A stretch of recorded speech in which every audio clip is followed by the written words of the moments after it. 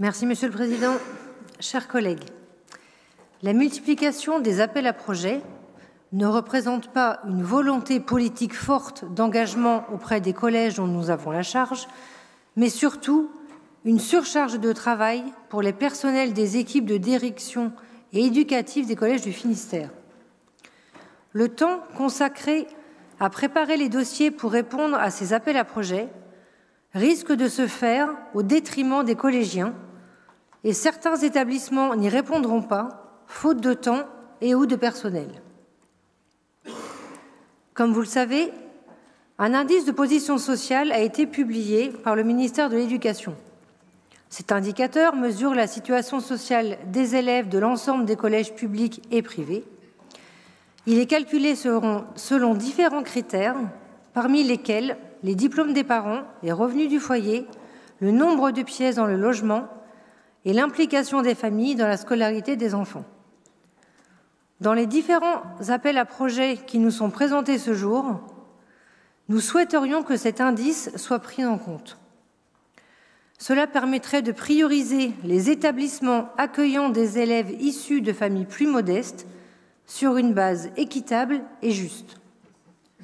Ainsi, le Conseil départemental contribuerait à réduire les inégalités, à favoriser la réussite scolaire et l'épanouissement de toutes et tous.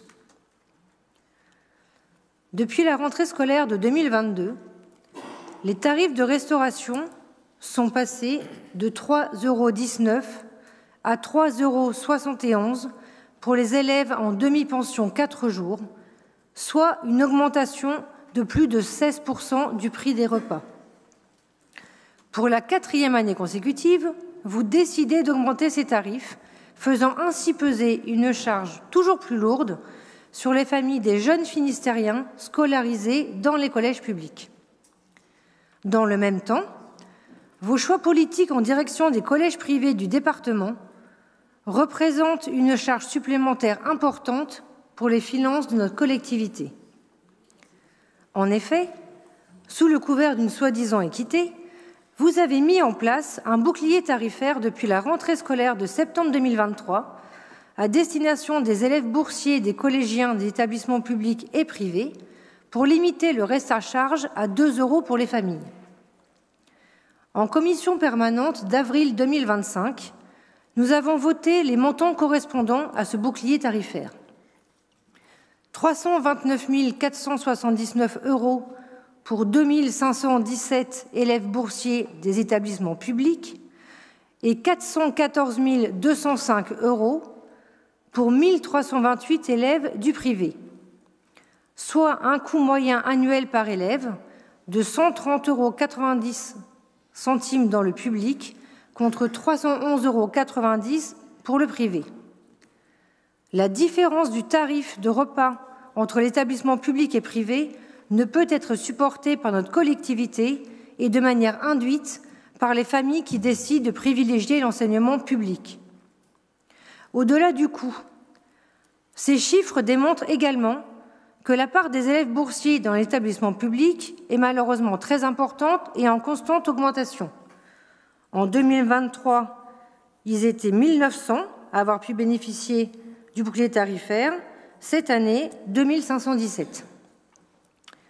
En conséquence, et surtout en responsabilité, nous renouvelons notre demande d'instaurer une tarification sociale solidaire pour l'ensemble des collégiennes et collégiens des établissements publics du département, comme cela se fait en maternelle, en élémentaire et au lycée.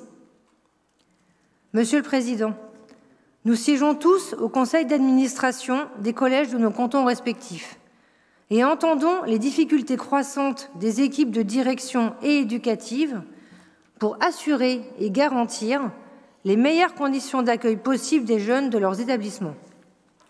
Soyons à leur écoute.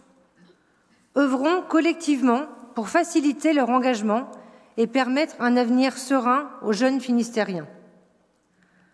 Je ne peux terminer cette intervention sans avoir également une pensée pour Samuel Paty et Dominique Bernard, professeurs de collège, assassinés en octobre 2020 et 2023 pour avoir défendu notamment les valeurs de la République, dont la laïcité. Je vous remercie.